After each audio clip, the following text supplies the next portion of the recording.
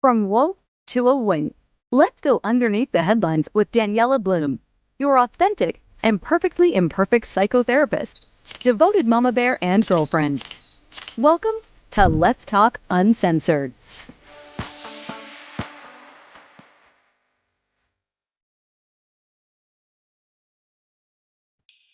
Okay, shalom and happy Hanukkah, Merry Christmas, happy Christmukkah to all. It's a very special time of year. It's very rare that Christmas and Hanukkah collide so perfectly. The first night of Hanukkah is the 25th of December. And the reason that is because the Jews follow the Hebrew calendar, the lunar calendar. So Hanukkah can be as early as Thanksgiving. It can be as late as New Year's. It happens to fall on Christmas, and that's very special. And what we're going to talk about today, have you guys ever had an idea, even a fleeting idea, that for one moment you're like, wow, that would be awesome if that came to fruition. It could change the world. And then, you went back to sleep or you answered a phone call. Has that ever happened to you? Well, it happened to me. It happened to me a few times. And I'm going to tell you what happened when I actually listened to that fleeting voice, where that fleeting moment of inspiration got me. And maybe this will inspire something in you, stir something up in you to say, you know what? I can take that fleeting idea of inspiration and turn it to something real and tangible, impactful also. So I'm going to share with you how these ideas of my children's series that were just ideas at 3 a.m. I could have just turned my back and went to sleep, but something got me up. So I'm going to go into a little bit of my journey on how my series, my children's book, the Under the Tree series, came to fruition. And I'm really proud of each and every one of them. They each are a standalone story. And how my latest book is my truest, biggest accomplishment. Again, yes, it's in time for the holidays. They make good Christmas and Hanukkah gifts, but that's not the point of this podcast. The point of the podcast is for you to hear how these just as easily could not have even existed, and my journey and where they are now and where you can find them should you choose. But this is what they look like. Actually, this is the first book, If You Love Me So Much. And I wrote these all before I became even a mother. Under the Tree, With You Always, and I have another book that I wrote when my daughter was in the NICU called Waiting for Emma. Oh, here it is. Waiting Forever, Emma, a sibling story. And then my latest children's books, my children's book that I'm so freaking excited about, comes in hard and soft cover. The World Where I Belong, and the soft cover and the hardcover. The soft cover is 1776 and the hardcover is 1948. So if you know, you know. So when we are creating, we are in the energy of openness. Some would say we're in the energy of the feminine, but I don't want you to think the feminine energy is just for feminine women. We are made up of masculine energy and energy all the time. And the most optimal life to live is an energy of balance, when the energy of the masculine, which is rooting in the energy of giving, and the energy of the feminine, which is rooted in the act of receiving, is balanced. And when we are in the energy of creating, that's the energy of manifesting.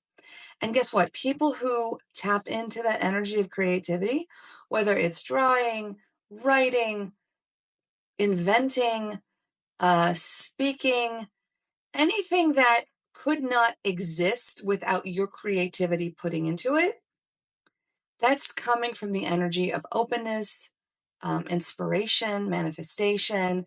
And that is where true magic happens. It's very hard to be in this energy, though, because we're multitasking, busy people who are goal oriented and productive, which is, again, a very important energy to have. That's the masculine energy. But when we slow down and listen to our voices of creativity and we implement creativity into our lives, spontaneity, openness, we lead much more satisfying lives. So I'm going to share with you my journey into listening to my creative voice and where it got me. And maybe if you get inspired or listen to some of your creative whispers, that maybe can become louder and can become tangible objects of true impact and and lucrative successes, right? So several years ago, I'm a psychotherapist, and I was seeing the same themes in my office. And I'm like, I need to write these into children's stories, easy enough for children to understand, because these are universal life lessons that every reader, young and old, can benefit from and enjoy. And the first idea that came to mind was this idea about a boy whose parents were making him do things that he didn't necessarily want to do. They were tasks, they were chores. And, from his perspective, if you love me so much, why are you making me do all the things that you want me to do? Because this idea that, again, is so lost today in this generation of children is sometimes love is coming from a place of tough love, discipline, boundaries, because a parent's job at the end of the day is to teach children to be independent, to be self-reliant, to be resilient, to be disciplined, to be mindful of others. So the first story that came to mind was this idea of, if you love me so much. And I wanted it to rhyme because children love rhythmic, lyrical, um, pose. And I'm like, okay, so I have the story. I have the manuscript. It's a pretty good one, I think so. Now what? I need it to be illustrated. So back 10 years ago, I put an ad in Craigslist. I got so much responses. I hired the first artist because she was really the best, and we did 5 books together. But now we have Fiverr, we have all these other things. And she did this beautiful artwork that came from my complete point of view. I was the director. And I'm very proud to say, this is the final product. And I'm showing this to you because if I can do it, you can do it. And this book would go on to win a lot of awards, in Reader's Favorite and Mom's Choice. In fact, I have some of my awards here. This was from Reader's Favorite that they gave me. And again, I never considered myself a writer. I wasn't like the best in English. I was more of a math science. I was a debater. But when you have a story and you have a desire to make an impact, if you're motivated by that impact, that's the energy to follow. Okay. So since I did so well with my first book, the next idea that came to me was right after my grandmother died, Safta Yudit, who was an Iraqi Jew, who I would visit every year in Israel when I was 9. Since I was 9, these were some of the happiest summers of my life, spending it with my grandmother, watching shows with her, walking with her, making her laugh, and really getting immersed in Israeli culture and my family. And she was a big force in my life, especially since I was born with a visual disability. She saw me as just capable of anything. And I really think that confidence that she gave me really at an early age really influenced the rest of my life. Someone believed in me so wholeheartedly that I could do anything. And when she passed away, I took it very hard. And again, how do you explain death and loss to a child? And I came up with this concept of wind, this idea of children can feel wind, they can feel it, they know it exists, but they cannot see it. And that is very similar to a parent's love or the love of a loved one who's no longer there. We can't see them, but we can still feel them and know that they are there. And hence my book, With You Always, has come to life. And again, this book also became best-selling, award-winning. This is let me show a great picture of my grandmother here because these were based off her. This is my grandmother. And by the way, this picture was based off some images of my former husband at the time when he was little. And now I have a son who really looks just like this when he was 6 or 7. So it's pretty adorable. Anyway, it's a phenomenal book about a boy who feels his grandmother's love throughout his life, accomplishing milestones. And I'm just going to read you a stanza from it because it's so, so beautiful. You are never alone. You are not on your own. Like the sun with its rays, I'm with you always. And this is when he goes on to play soccer, to graduate college, to get married, to have children of his own. It's a phenomenal book. And again, obviously it resonated because people really appreciate it. And as a psychotherapist, I incorporate activities, discussion questions, because I want it to be integrated with the reader, the young reader, with their caregiver, whether it's a parent, a grandparent, a teacher, a babysitter, an uncle, an aunt. I wanted both the child and the adult to resonate with the story and have a jumping board to open conversation about and activities that they can do together. So it's really, really a one-stop shop. Okay. So the third story I wrote is, I would say my second favorite. I mean, I love all of them, but this one, if you love fables and you love Disney and you love things with meaning, you'll love Under the Tree. Under the Tree, again, it's about a boy who wakes up under a tree thinking, it's the same boy, by the way, in every story, but every story stands alone, thinking he's lost. And he goes on a journey to find his way home. And he meets a lot of different colorful characters and different animals along the way who keep telling him he's not lost. But sometimes we have to go far to come home. So if you have ever felt lost, out of place,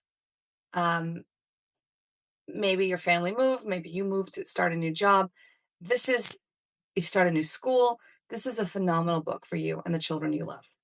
So we have understanding love, understanding loss, understanding feeling under place. This all goes under the Tree series. So fourth book that I've written is a book that I was asked to write. My middle daughter, Aura, like many parents, the last thing we expected after giving birth, she was a full-term baby, but after giving birth to my middle daughter, Aura, we found ourselves following her. She was whisked away in a pediatric ambulance to the NICU, the Neo Intensive Care Unit, where she would end up spending no more than a week there. A lot of families who have preemies, for example, are in these NICUs for weeks and months at a time. Aura was only there for maybe a week, maybe one to 2 weeks. It's all a blur. But those 1 to 2 weeks changed my life because your world shrinks down to lab tests and doctor's visits. And until your little baby is stable, everything else stands still. And the nurses there at the NICU asked me, we know you're a wonderful children's author. Would you ever consider writing a book for the siblings who often get kind of tossed aside emotionally when parents are focused on the crisis of their newborn? And yes, I said, of course. And so I wrote the Waiting for Eva, a brother's story for siblings and families in the NICU. And we did some amazing work with this, with March of Dimes and some other wonderful organizations. It really is a phenomenal book about the process of thinking everything's going to go right, but then it doesn't. And you gotta embrace the reality of the NICU and what that means and what it means to visit the NICU and what happens in the NICU and all the different feelings that come up for the boy and his parents.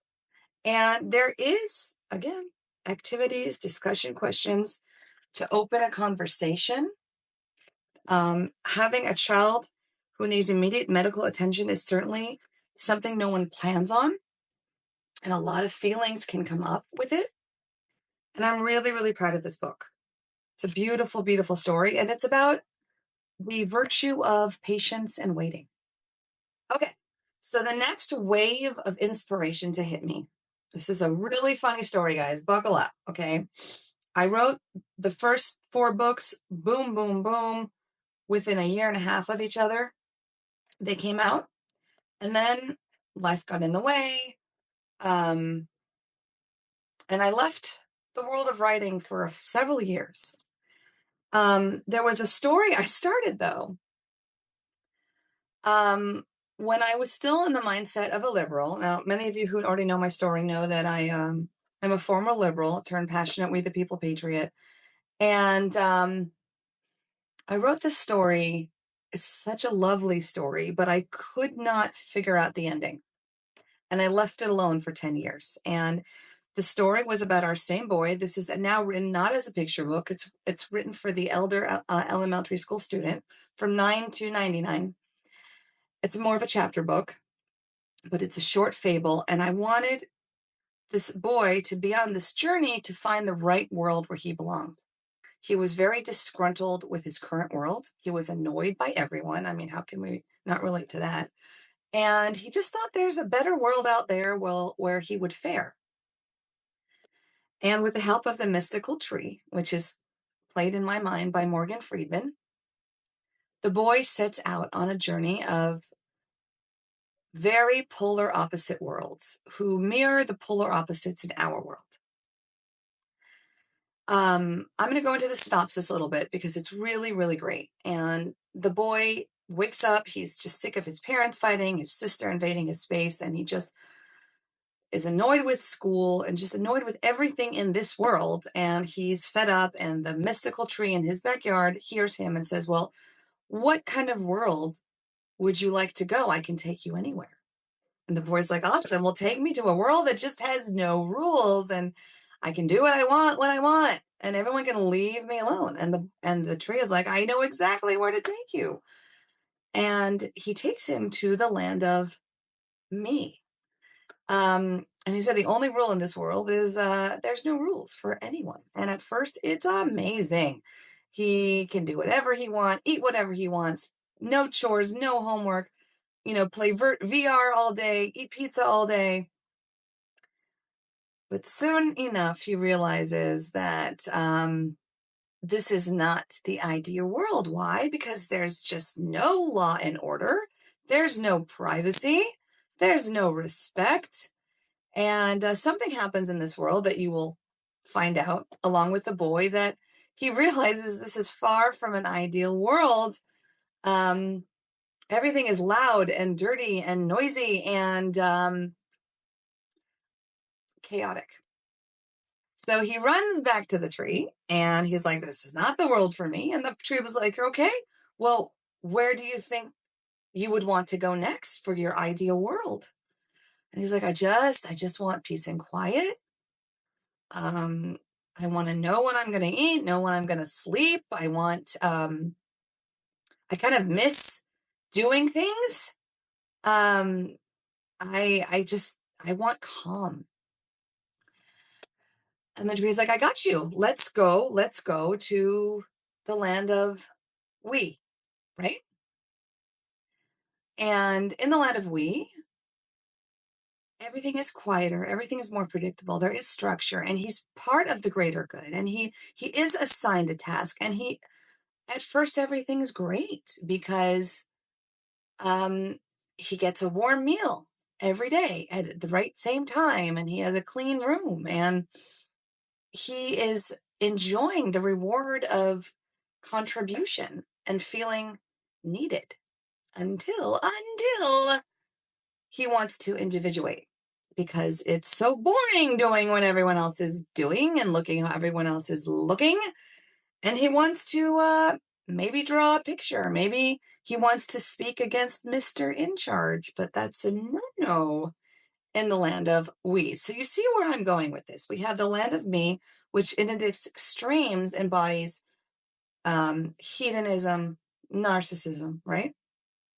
And then we have the land of we, which at its extreme embodies communism, right? Certainly not, both polarities are not ideal. So he realizes that wasn't the world for him either. And I'm like, okay, well, where does he end up? Because it's not the land of me. It's not the land of we. And I could not figure out the ending, folks. I could not figure out the ending. Let me tell you what happened, okay? 2 years ago, my father would pass away pretty suddenly. He had a history of heart conditions, but except for his heart, he was so healthy, so fit, so vibrant. We were extremely close.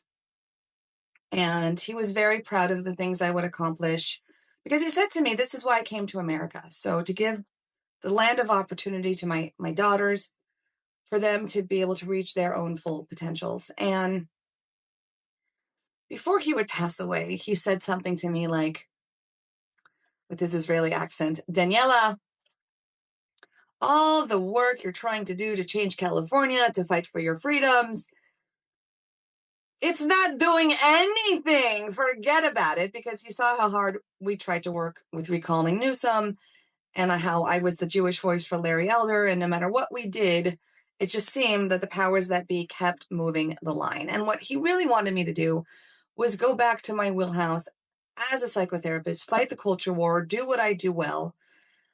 And when he passed away, I made a promise to my father.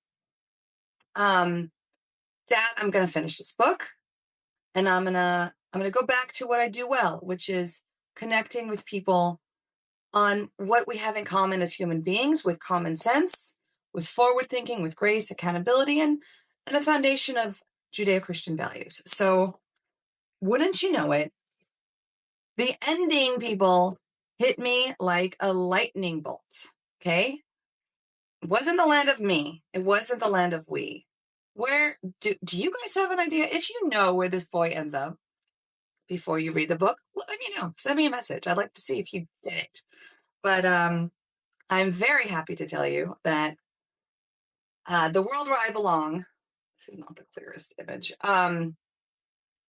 which is in paperback and hardcover with a limited edition that salutes America and Israel, became the #1 best-selling on Amazon new releases for children's book Judeo-Christian values. And I'm just going to tell you, for the people who know, the paperback is $17.76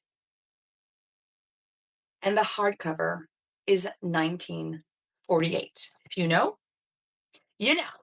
And I'm glad you know. Anyway, thank you for spending this time with me. It's really, really fun to celebrate with you guys something that I could have just at 3 a.m. said, you know what, I'm too tired. I'm not going to write it down. I'm not going to do anything with it. Yeah, it's a cute story, but I'm not a writer and I don't know how to get an artist and I don't know how to publish a book. I don't know how to get an agent, get a publisher. I don't know. But instead, I said, I do know that I'm inspired to write this story.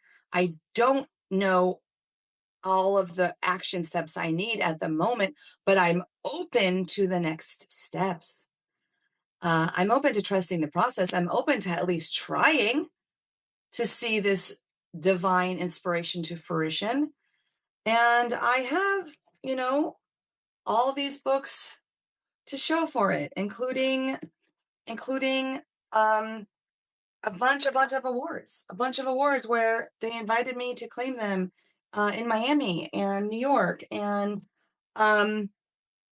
it's a very satisfying thing to tangibly hold something that was just a fleeting idea in your head.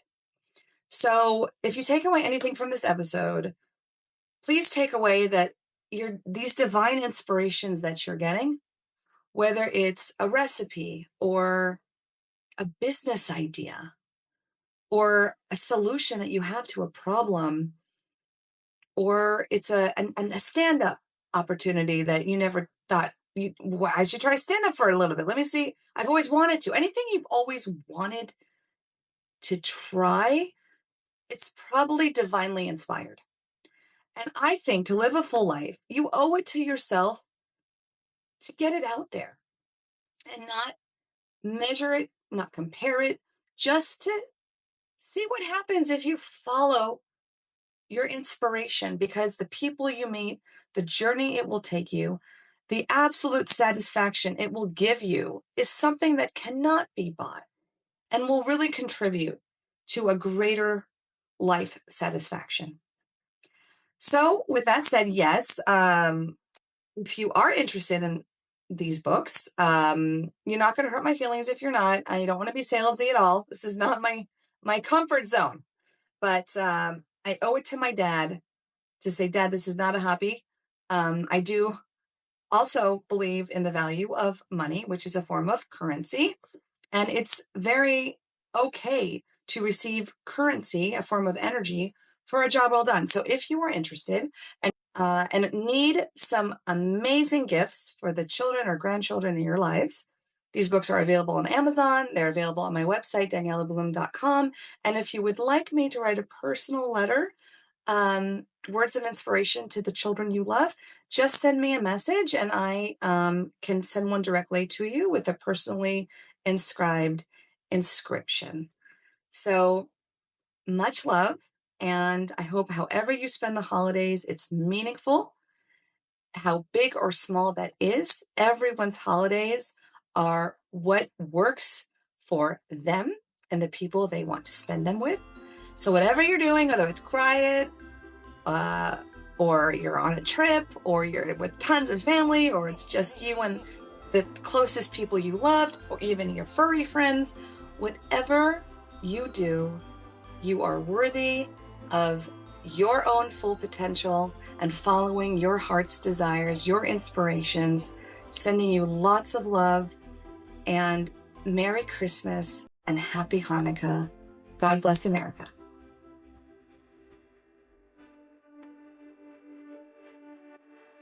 Thank you for listening to this episode of Let's Talk Uncensored. If you enjoyed it, please share it. Subscribe and leave a review to keep this podcast growing. Remember, blooming exactly where you are planted requires personal accountability, forward thinking, grace, and some humor, of course. You got this.